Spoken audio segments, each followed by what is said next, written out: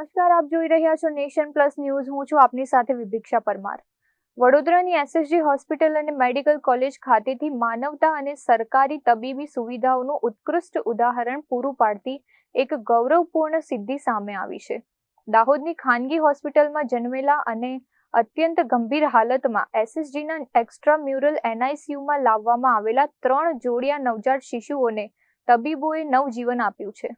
દાહોદની ખાનગી હોસ્પિટલમાં જન્મેલા 3 જોડિયા શિશુઓની તબિયત જન્મ બાદ ખૂબ જ નાજુક અને ચિંતાજનક બની હતી, જે બાદ તેઓને વધુ સઘન સારવાર અર્થે વડોદરાની એસએસજી હોસ્પિટલના એક્સ્ટ્રામ્યુરલ એનઆઈસીયુમાં ખસેડવામાં આવ્યા હતા. એસએસજીની નિષ્ણાંત તબીબી ટીમે બાળકોની સ્થિતિ જોઈને તુરંત જ અત્યાધુનિક નવજાત સારવાર શરૂ કરી હતી. આ 3 માસૂમ શિશુઓને શ્વસન સહાય માટે મેકેનિકલ વેન્ટિલેશન અને CPAP પર રાખવામાં આવ્યા હતા. ઉપરાંત સુવ્યવસ્થિત પોષણ વ્યવસ્થાપન, ગંભીર ચેપ સામે રક્ષણાત્મક સારવાર, ROP સ્ક્રીનિંગ અને મલ્ટીડિસિપ્લિનરી નિષ્ણાંત ડોક્ટરો દ્વારા 24 કલાક સતત દેખરેખ રાખવામાં આવી હતી. તબીબોની આ અથાગ મહેનત રંગ લાવી અને જીવનના 58મા દિવસે 3 બાળકોનું વજન યોગ્ય રીતે વધતા અને તબિયત સંપૂર્ણ સ્થિર થતા હોસ્પિટલમાંથી સફળતાપૂર્વક રજા આપવામાં આવી હતી. તબીબોની આ ઉત્કૃષ્ટ સેવા બદલ પરિવારે હોસ્પિટલ સ્ટાફનો આભાર માન્યો હતો.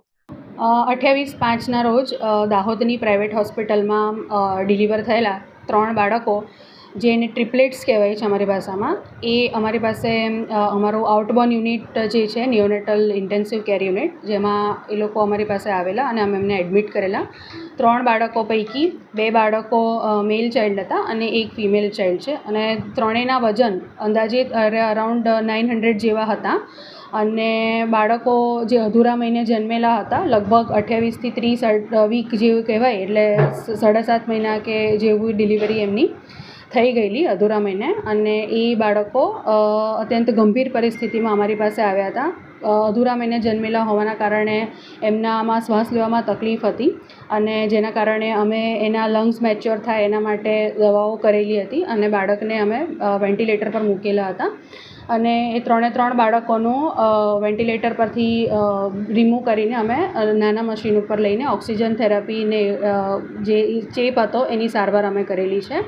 અને લગભગ 2 મહિના પછી આજે એ લોકોના વજન 1.5 કિલોની આજુબાજુ થતાં એ બાળકોને સારી સ્થિતિમાં અમે રજા આપેલી છે, અને અત્યારે એ બાળકો માતાનું સંપૂર્ણ ધાવણ લઈ શકે છે એવી પરિસ્થિતિમાં એમને રજા આપેલી છે. Bureau report, Nation Plus News, Vadodara. સમાચારોના સતત અપડેટ મેળવવા માટે અમારી નેશન પ્લસ ન્યૂઝની YouTube ચેનલને સબસ્ક્રાઇબ કરો, બેલ આઇકન દબાવો અને જોડાયેલા રહો Facebook, Instagram અને Twitter પર.